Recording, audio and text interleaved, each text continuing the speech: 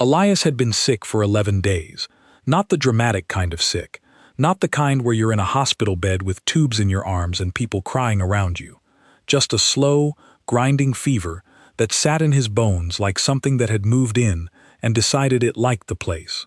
He woke up every morning soaked through, sheets damp, pillow warm, body running at a temperature that had no business being that high on a Tuesday. He had seen 2 doctors. The first one pressed a stethoscope to his chest, looked at a chart, looked at him, and said viral. The second one did blood work, waited 3 days, and then said the results were unremarkable. That was the word she used, unremarkable. Like his blood had shown up to its own exam and handed in a blank paper. He went home, he filled a glass with water and sat at the kitchen table. The water went warm before he could drink half of it. He stared at it for a long moment, poured it out, filled it again, watched the steam curl up from the surface like something was burning underneath. That was the part he didn't tell the doctors about.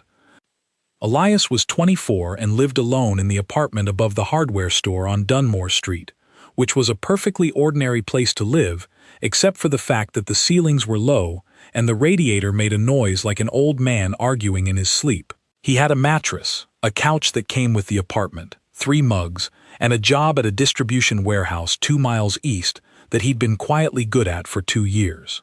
He was not dramatic. He did not make things a bigger deal than they were. He also did not normally watch water steam in a 60-degree kitchen at 2 in the afternoon. He turned the thermostat to 54 that night, the lowest it went, and climbed into bed in a t-shirt. He was still sweating by midnight. He kicked the blankets off, lay flat on his back on the bare mattress, stared at the ceiling. The apartment was quiet. Outside, something in the street was too quiet as well. No cars, no late-night voices. The kind of quiet that has weight to it, that you notice the same way you notice when a sound you were used to suddenly stops. He closed his eyes, opened them. The ceiling was the same. His body was not. There was something moving under his skin, not literally, not physically. Nothing he could point at and say that is the problem. More like pressure, like his whole body was trying to expand into a shape it hadn't been given permission to take yet, like a word on the tip of your tongue for 11 days straight. He got up and drank the warm water because he was too tired to pour it out again. The fever spiked at dusk. Every day, without exception. He noticed it on day 4 and started writing it down. 6:12, 6:18, 6:40. The minutes shifted, but the sun position didn't. The moment the light hit a certain angle and the sky went from gold to gray, something inside him spiked. Temperature up, pressure up. A low sound he could almost hear in the back of his skull, like a frequency meant for someone else. He did not Google this. He had learned a long time ago that Googling symptoms at 7 in the evening was just a method of convincing yourself you were dying of 14 different things. On day 9, he tried going for a walk at dusk instead. Bundled up, stepped outside. The evening air hit him, and something in his chest pulled. Not painfully, not like a muscle, but like a compass needle, swinging toward north. His feet wanted to go west. He stood on the sidewalk for 3 minutes fighting the direction his feet wanted to go, then walked east for a block and went back inside. That night was the worst yet. He made it to day 12. The knock came at 12:14 in the morning. Elias was sitting on the kitchen floor, not for any particular reason. He'd started on the couch, moved to the bed, moved back to the couch, and then just ended up on the floor somewhere between the kitchen and the living room because the floor was cool and the floor didn't require any decisions. He was holding the glass of warm water in both hands because it was warm and his hands had started going cold. He did not know when that had started. He looked at his fingers wrapped around the glass and noticed they were pale in a way he didn't recognize. And then someone knocked on his door. 3 times. Deliberate. Like a period at the end of a sentence. He set the glass down and got up and answered it the way people answer doors at midnight, when they're running a fever that no doctor can explain. Slowly, with one hand on the door frame and no expectation of anything good. The man on the other side of the door was large. Not large in a way that photographs well. Large in the way of something structural. Like he occupied more vertical and horizontal space than the square footage suggested he should. Dark coat, no bag, no phone in his hand. He was standing with the kind of stillness that most people have to consciously work at, and he was looking at Elias with an expression that belonged to someone checking an answer they already knew. A long moment passed. "You're later than I expected," the man said. His voice was low. Not quiet, low. The kind that doesn't need volume. Elias stared at him. "I didn't call anyone." "I know." Another beat of silence. Elias's fever spiked. Not dramatically. Not enough that he fell over or grabbed the door for support. Just a pulse of heat that moved through his whole body at once, from the base of his spine up through his shoulders, and for a half-second the man in the doorway was ringed in something that looked, in Elias's exhausted and unremarkable blood-having mind, like heat shimmer. He blinked. The man was just a man again. Just a very large, very still man standing in his doorway at 12:14 in the morning, looking at him like he was something that had been lost and found. "Are you going to tell me who you are?" Elias said. Not a question, technically. He didn't have the energy to inflect it. "Caius, last name, not relevant." "It is to me."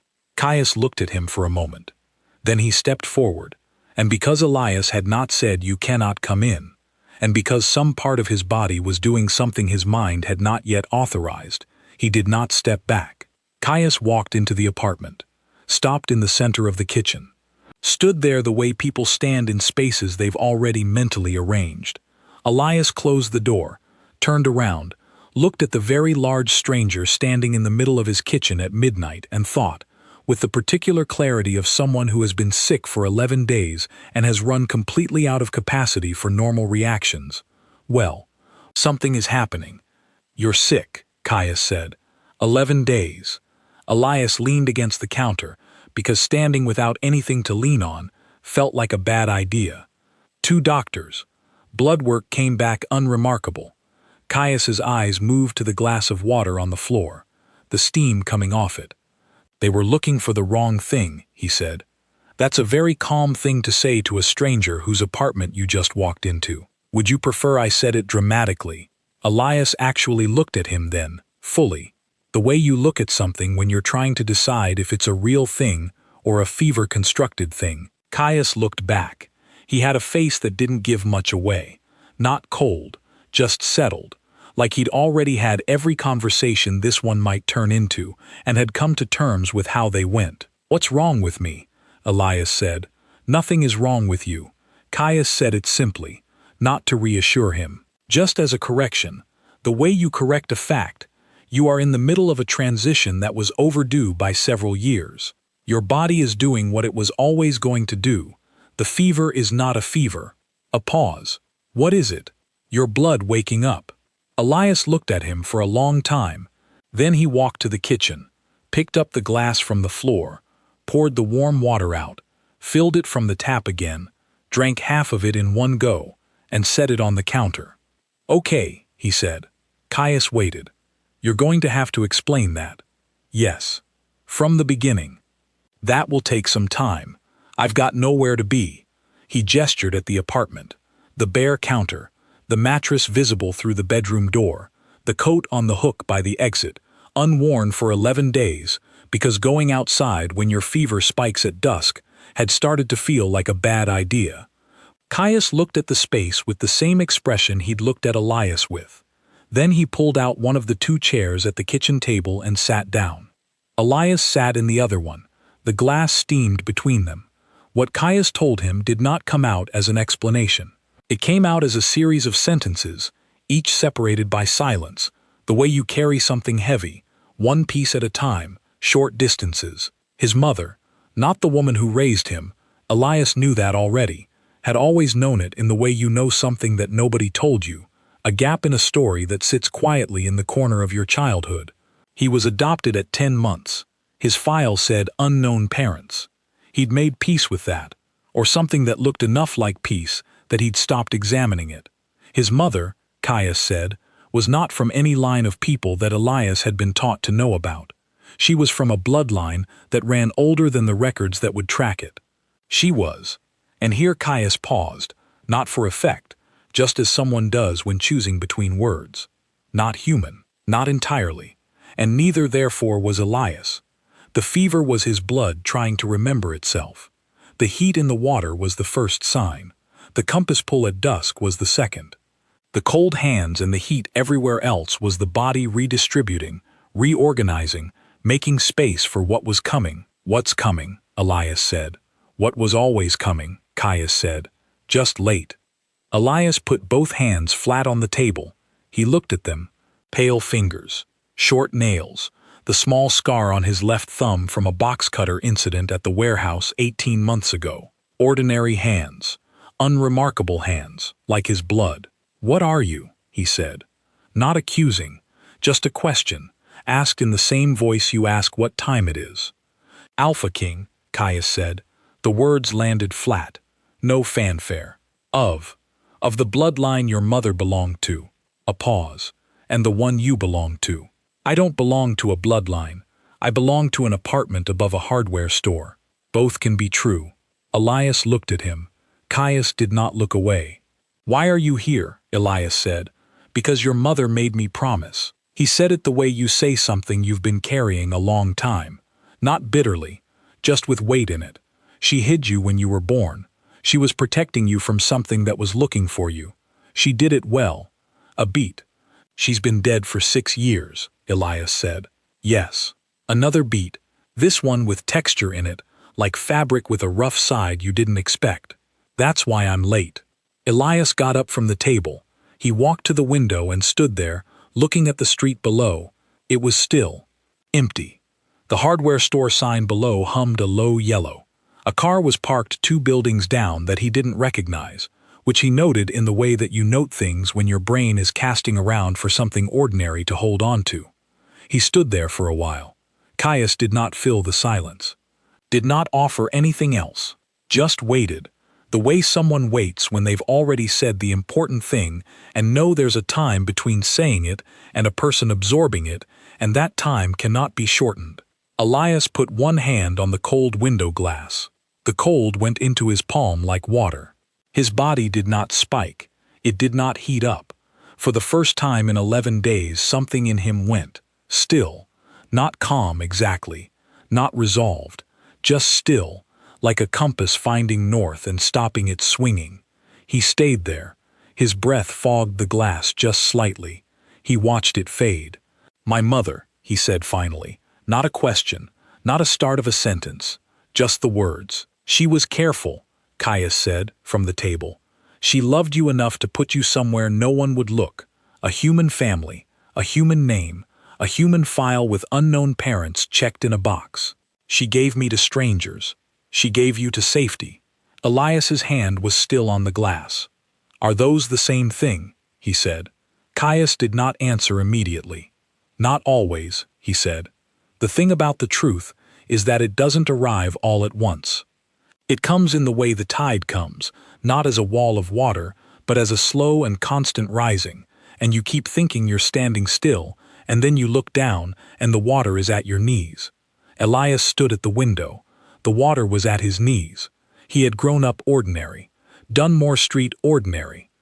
Distribution warehouse ordinary. 3 mugs and a low-ceiling apartment ordinary. He had not wondered about his birth family in a way that hurt. Not recently. He'd processed that, or thought he had, the way you process things at 17 and then put them in a drawer and call the drawer managed. But there was a difference, he was learning, between a thing being in a drawer and a thing being gone. Some things wait in drawers. Some things have to wait because it is not yet time for them to come out. He turned around from the window. You said what's coming, he said. You said the fever is the first sign. Signs of what? Caius looked at him steadily. Your full nature waking, he said. You carry the bloodline. You carry the shift. It was supposed to come at 18, 20 at the latest. Your mother's protection held it back, masked it, kept it dormant. She was stronger than I understood. Something in his jaw moved. When she died, the protection started fading. It's taken 6 years to dissolve entirely. And now it's completing what it started. Elias looked at his hands again. Pale, ordinary, carrying something in them he'd never been told about. What do I shift into? He said. Caius told him. It was not as cinematic as it would be in a movie. There was no dramatic music, no flickering lights.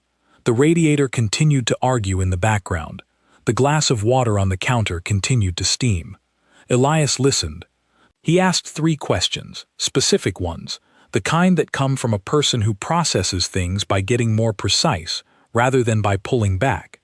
Caius answered all 3 without shortening anything, which was the first time since the door that Elias felt something that wasn't skepticism. Then he sat back down in the chair at the kitchen table. He put his elbows on the table. He put his face in his hands. Not crying. He was not crying. He was just holding his face because it needed to be held by something, and his hands were the only thing available. Caius waited. After a long moment, Elias said, from behind his hands, "She never told anyone where she put me." "No, but you found me. Eventually." "How?" "Your blood." A simple answer, said simply. "The fever. When the transition started, it sent out something I could track.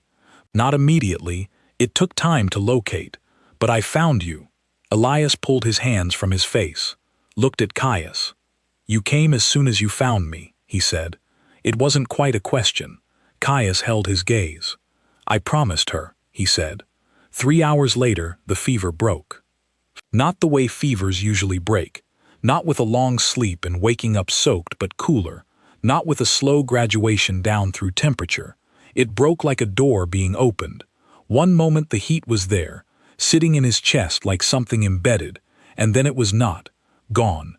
Completely. The way a sound stops. Elias was in the bathroom, sitting on the floor with his back against the tub, because the tub was cool, and the tub had no questions. He had his knees pulled up and his eyes open, and he was listening to his own breathing even out. And then the heat was gone. He felt the temperature leave his body the way you feel a held breath release. Slow, from the center outward, from his chest, to his shoulders, to his arms, to the tips of his fingers, where the cold had been for 11 days, and then even the cold left, and there was just him, his actual temperature, the one that belonged to him. He sat there for a while. Through the bathroom wall he could hear nothing from the kitchen, which meant Caius was still out there, standing wherever he had been standing when Elias came in here, waiting the way Caius apparently waited for things, without movement, without pressure, like time was not a problem. He heard better than he had in 11 days. This was new. The radiator 2 rooms away, the drip of the faucet down the hall, the hum of the hardware store sign below. He could smell the cedar in Caius's coat from here. He stayed on the bathroom floor and cataloged the things that were different about his body, the way you take inventory after something has rearranged the furniture. More of everything, more sound, more smell. The specific cold of the tile under him registering not as general cold, but as a particular temperature with texture. He was not afraid. He noted this with some interest. He waited to be afraid. He gave it time. It didn't come. What came instead was something more like recognition. Like hearing a word in a language you were told you didn't know, and realizing you know exactly what it means. He got up off the floor. Caius was standing in the kitchen, exactly where he'd been, exactly as still. He looked at Elias when he came out of the hallway, that same checking the answer look. Then something in his expression shifted. Not much, but enough. "It's done," he said. "Yeah. How do you feel?" Elias thought about it. Really thought, rather than defaulting to fine, which was his usual answer to that question regardless of circumstances. "Different," he said. "Not worse." Caius nodded once. Elias walked to the counter, picked up the glass, filled it from the tap. He held it in both hands and waited. The water stayed cold. He looked at it for a moment. Cold water. Just cold water. The most ordinary thing. He drank it in 4 long swallows and set the glass down. Outside, the first gray suggestion of morning was starting to touch the edges of the sky. Elias stood at the counter and looked at Caius, who was looking back at him with an expression that had something in it. Patience, maybe, or the particular solemnity of someone who has waited a long time for a thing and is now watching it arrive. "What happens now?" Elias said. "That depends somewhat on you." "Okay. Give me the options." The corner of Caius's mouth moved. Not quite a smile. something more contained. You could send me away, he said. Go back to the warehouse, the hardware store, the 3 mugs, and the world you came from will try to find you now that you're no longer hidden. Your blood is no longer masked. Things that track bloodlines will track yours. Elias looked at the glass. What's the other option? Come with me. Learn what you carry. Take your place in it. A pause. I will not make that sound like less than it is. It is not an easy thing. It is not a small life. Elias was quiet for a moment. Then he said, my mother gave me up to keep me safe from whatever was looking for me. Yes? Is it still looking? Yes. Did you come here to protect me like you promised her, or to bring me into the thing she was protecting me from? Caius looked at him. Both, he said, and I will not pretend otherwise. That was the moment, Elias would think later. Not when the fever broke, not when Caius walked through the door, not even when the water went cold. That moment, that single word, both, said without apology and without softening, by a man who could have easily given a prettier answer and didn't. He trusted that more than anything that had happened in 11 days. He trusted it more than the doctors and their unremarkable results, and their viral and their stay hydrated. He trusted it more than his own 11 days of telling himself it was fine, it would sort itself out, he was managing.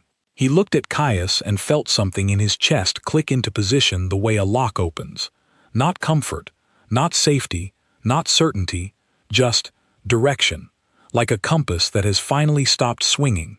He packed a bag, not dramatically. He went into the bedroom, pulled his duffel from under the bed, and put in things with the quiet efficiency of someone who has always traveled light, because lightness was a habit formed long before it was a choice. 2 changes of clothes, the coat from the hook by the door, his phone, the charger, a paperback he hadn't started yet. He stopped in the kitchen, looked around, 3 mugs on the counter, the radiator making its argument in the corner, the kitchen table where he had sat and had a conversation that had rearranged everything he thought he knew about what he was. He rinsed the glass and put it in the drying rack. He turned the thermostat off. He picked up his bag. Caius was standing at the door. He had not moved, had not offered help, had not hovered. He was simply there, in the way that he seemed to simply be in places, as though he had measured the space and decided where he fit. Elias stopped in front of him. One thing, he said. Caius waited. Was she good? Elias said. My mother. Was she a good person? The question had been sitting in him since the moment Caius first said the word mother. He had carried it through the bathroom floor, and the broken fever, and the cold water, and the conversation about options. He was not going to walk out the door without asking it. Caius looked at him. For the first time since he'd arrived, something in his face changed in a way that had feeling in it. Not performance, not the settling of a settled man. Something underneath that. She was the best person I knew, he said. Elias nodded. He picked up his bag. He opened the door. Outside, the morning was gray and early and cold. The street was empty. The hardware store sign hummed its low yellow below them on the steps. A bird called somewhere 2 streets over, and Elias heard it with perfect clarity, the way you hear something with new ears. He stood on the top step and breathed. The air tasted different. Not bad, just more. The way everything was more, now that the thing his blood had been pressing toward for 11 days had finally, quietly, completely arrived. Caius came to stand beside him. Not close, not in his space, just beside. The way you stand beside something you intend to walk the same direction as.